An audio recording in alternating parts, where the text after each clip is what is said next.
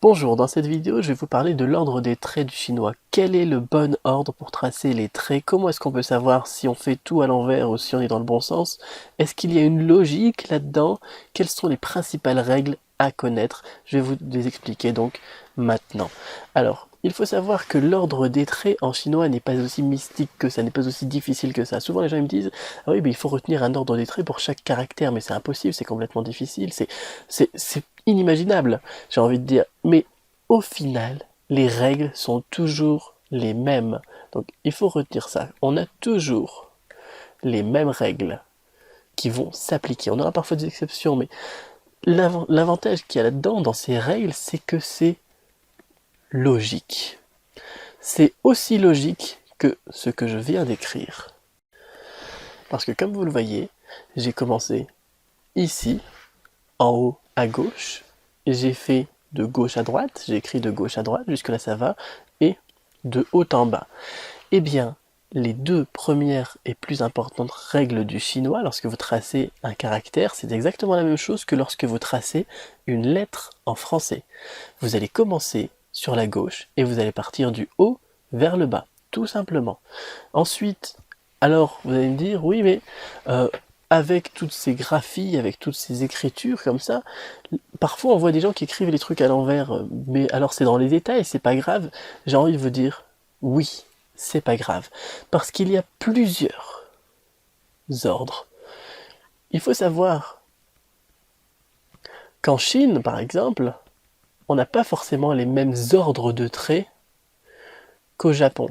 Il faut savoir d'ailleurs que même dans la Chine, les personnes qui ont l'habitude d'écrire de façon plus liée vont avoir tendance à écrire dans un ordre différent. Par exemple, le caractère naître, sheng, 1, 2, 3, 4, 5. Ça, c'est comme ça qu'on devrait l'écrire. Mais les personnes qui écrivent lié, ils l'écrivent comme ça, vous voyez. L'ordre des traits n'est pas le même. Regardez, 1, 2, et on a fait le vertical en troisième, alors qu'ici, 1, 2, 3, le troisième c'était un horizontal. Mais ce n'est pas grave, parce qu'on reste sur les bases qui sont de haut en bas et de gauche à droite. Et on reste logique. C'est pareil pour les caractères dans lesquels on aura un cadre, pour les caractères où on aura plusieurs composantes. On va toujours travailler selon la logique. Par exemple, vous avez un cadre. Vous ne pouvez pas le refermer avant d'avoir mis tout ce que vous avez à mettre dedans. Au cas où vous auriez pas assez de place, si vous l'avez déjà fermé, vous allez devoir réécrire sur la bordure de votre cadre.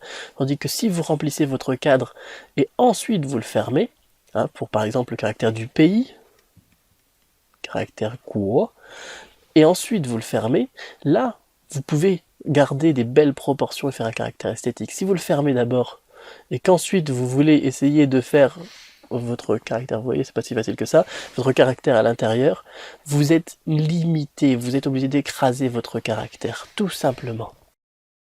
Lorsque vous avez un caractère qui est composé de plusieurs composantes, par exemple, celui-ci avec ici une croix, d'ailleurs gauche, hein, on commence par la gauche, l'horizontale est coupée par la verticale, hein, qui est en dessous, vous avez une composante de la bouche, et bien vous allez forcément terminer d'abord cette première composante avant d'attaquer la composante en dessous.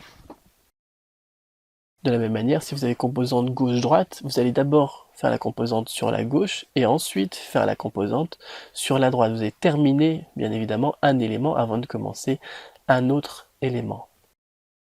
Il faut donc bien évidemment voir chaque chose dans un carré virtuel, comme j'avais déjà évoqué, avec symétrie proportionnée, et on est obligé forcément d'appliquer certaines règles, même si je vous donnais pas de règles, au bout d'un moment, au bout de quelques années de chinois, vous prendriez tout seul l'habitude de faire ces règles logiques pour écrire de manière plus fluide et plus logique, bien évidemment.